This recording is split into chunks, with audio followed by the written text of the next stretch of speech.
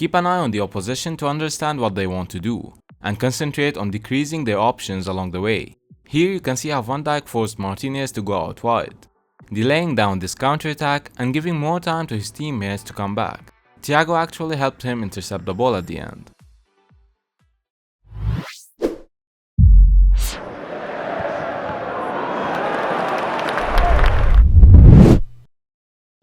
Hello there everyone, it is Mitsu here and welcome back to another video on my channel. Today we'll discuss some tips that will help you improve as a center back. Let's start off with some of the basic ideas that you need to implement while having the possession of the ball. You need to help yourself with avoiding any sort of trouble when the opposition is applying pressure. Notice how Van Dijk here takes these steps backwards to open up easier passing opportunities when he receives the ball again. Similarly, if you have spaces behind you, Christensen here let the ball run to also pass with his strong foot, but you need to be careful in those situations. You can always use your body to fake a pass towards one side, and then quickly change your direction and go for a pass on the other side. You need to be agile to perform these feints, and also see the better passing option and have that decision before faking the pass, as you will be welcoming more pressure. Try to communicate with your teammates when you have an idea to counter the high pressure. Be careful again, as welcoming such pressure and being very close to the opposition is very dangerous. Reading the game is important. Notice how Vinny stops the pressure here to intercept the pass, but by seeing the situation, Ruben Dias was composed and didn't rush the pass under pressure. You need to have a good tactical sense and be able to create solutions when your team is not able to create attacking options up front. For example, you will always have the opportunity to help with countering the zonal defensive systems by switching the play to the sides, or carrying the ball into the opposition's block. When you are in these positions, avoid losing the possession of the ball at all costs, but try to avoid backward passes as much as possible to get the maximum benefit of your position. This video is brought to you by Play by Metrica Sports, the fundamental tool for every coach and analyst. Create and manage all your video analysis in one platform. Use the coupon MitsuGR at the checkout for a 10% discount.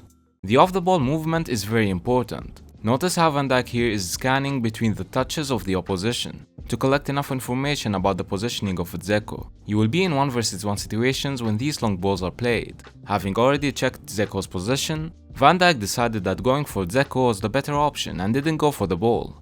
Couple of factors went into his thinking: knowing he's faster and wanting to go for the physical challenge instead. Those early scans will guide your movement. Here again, he tracks the forward run, makes sure he is covering Walker first and then goes for the ball.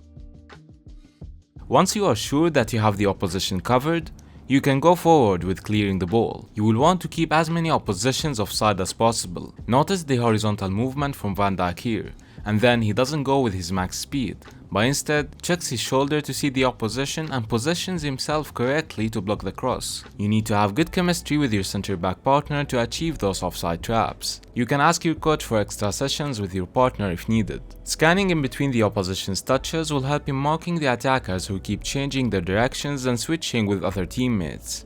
Notice how Van Dijk's run is somehow identical to Martinez, but he's ahead of him, which keeps Martinez from getting the ball. And again, Van Dijk was quick to get back, leaving Martinez in an offside position when he finally received the ball. These scans will give you an idea of the possible options that you have, which will help you better evaluate the best decision to take. Here, Van Dijk saw how everyone is under pressure, so he played safe and kicked the ball outside. You need to be able to smoothly follow the opposition, even when they try to go for blindside runs. Try to understand when to keep following the player and when it is easier to go directly for the ball, just like what Van Dijk did here. Here again, Konate covering the blindside run. Keep an eye on where he clears the ball, as we will get back to this topic in a minute. Many interceptions that you may see as very simple are just a result of continuous scans and shoulder checks while the defender is adjusting their position.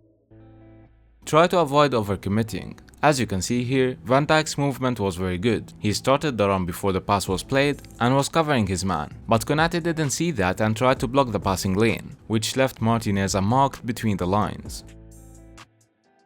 Back to that clearing the ball example. You need to understand where to clear the ball. The red areas here is where you must avoid clearing the ball towards. Remember that you do not want to just kick the ball and wait to see where it will land, as kicking it towards the wrong direction may result in many goals in your net. You can have this as a rule. It's always better to clear the crosses towards where they come from. So when the opposition crosses the ball inside from the flank, try to clear the ball to the sides again. You do not want to clear the ball around the box, especially in corners, as we always see the coaches now asking their players to be positioned there to win second balls. You should always be the first one reaching these low crosses inside the box as well. Try to read where the balls will be played to give yourself enough time to be able to clear them properly. Luckily, the Econo Coaches Academy provided a training drill on this clearing topic. As you can see on the screen, 2 teams, 5 players versus 2 center backs and a keeper. The ball would be played to either side and then the white player would cross it in. If the ball reaches the yellow zone without touching the ground after the clearance, the defenders would get a point. Else, the attacking team would have 2 or 3 touches to control the ball and cross it in again. You would also give the center backs a point if they were able to keep the attackers offside in the process, to simulate real game scenarios. As always, thanks to the Econo Coaches Academy for providing this. If you want to get more, don't forget to use the code MITSUGR when signing up from the link in the description. Notice how Azpilicueta was left marking one player performing a forward run behind him after bad marking from Chelsea's defenders. But by checking his shoulder while the ball was rolling towards Riyad Mahrez, he was able to take the best decision, which was to stop marking the opposition and go for the passing lane instead, giving himself a little bit more space and time to clear the ball. Whenever you leave your position while following an attacker, you need to be 100% sure that you will intercept the ball. The moment you leave your position, your teammates will not be in the best shape. In some cases, they might even be outnumbered. So you need to make sure that the opposition will not progress their attacks further. You can see why this risk is needed in some cases, as the teams in these examples are keeping the possession after successful tackles. Sometimes you have to rush forward when the opposition is enjoying huge spaces in the midfield. In these examples, you can see how the center backs are making up for the bad marking of the midfielders. Obviously, if you took the wrong decision and wasn't able to intercept the ball, giving up a yellow card for a tactical foul is the best you can do in these cases. But try to avoid rushing towards the attackers if you are not sure of intercepting the ball. Whenever the opposition plays these random long balls, you want to keep the possession. Most of the times, this will be a result of your team applying good pressure, so you do not want to waste these efforts. You may have enough spaces to take a first touch and keep control of the ball. Also, when receiving the ball with your back to the opposition, make sure you clear it away if you did not perform any scans while the ball was coming towards you. John Stones didn't scan and skipped the critical scan here. This would result in dangerous counterattacks since you won't be able to identify whether you will be pressed or not and where this pressure will be coming from. Don't suddenly decide on applying offside traps. As we discussed earlier, it's something to be done by the whole system, not one player. Keep in mind that no matter where your position is, always aim in forcing the opposition away from the goal, even in 1v1 situations. Notice how Van Dijk here is totally blocking one path, leaving one option only for the opposition. Same concept was applied here. Notice the mistake from Matip as he didn't track Erling Haaland's run, allowing him to go directly towards the goal, while Van Dijk was marking Kevin De Bruyne correctly, so when he receives the ball, he has to go wide. This positioning also helped Van Dijk with blocking the passing lane to Haaland, leaving again one choice only to De Bruyne. Here's an example showing why you should always be aware of your surroundings. Notice how Marquinhos is very far from the ball, when Sterling has 2 oppositions in front of him, but Marquinhos was ready for the unexpected as Sterling managed to get past the 2 players. Although Ander Herrera was closer to him from the beginning, for example, Marquinhos was the one who intercepted the ball at the right time. Reading the game will help you intercept many of these balls. But remember to never go and push out of position if you are not sure if intercepting the ball. I'm showing an example of what would happen if you miss those tackles. In 1v1 situations, you need to be very composed. Keep an eye on the opposition to understand what they want to do, and concentrate on decreasing their options along the way. Here you can see how Van Dijk forced Martinez to go out wide, delaying down this counterattack and giving more time to his teammates to come back. Thiago actually helped him intercept the ball at the end. Here you can see how Van Dijk didn't rush towards De Bruyne, as he would slow down anyway thanks to the pressure by Fabinho. Now that he is moving to the side, the options he has will decrease dramatically. This movement will technically help you avoid being in serious 1v1 situations where the opposition would easily go for a dribble. Kevin De Bruyne here couldn't pass the ball to anyone to progress the attack, so he had to shoot from that position, and Van Dijk was even able to block it.